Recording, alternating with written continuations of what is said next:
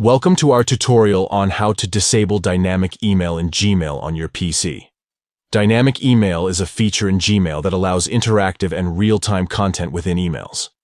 However, if you prefer a more traditional email experience, disabling dynamic email can be a great option.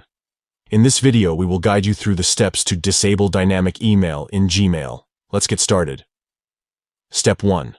Open Gmail on your PC. Step 2. On the top right corner, click on Settings. This will open a drop-down menu with various options. Step 3. Click on See All Settings. This will take you to the Gmail settings page. Step 4. Scroll down and locate the section labeled Dynamic Email. Next to it, disable the checkbox. That's it. You have successfully disabled dynamic email in Gmail. Now your emails will be displayed without any interactive or real-time content. Thank you for watching our tutorial. If you found this information helpful, don't forget to give this video a thumbs up and subscribe to our channel for more useful tutorials on Gmail and other tech-related topics.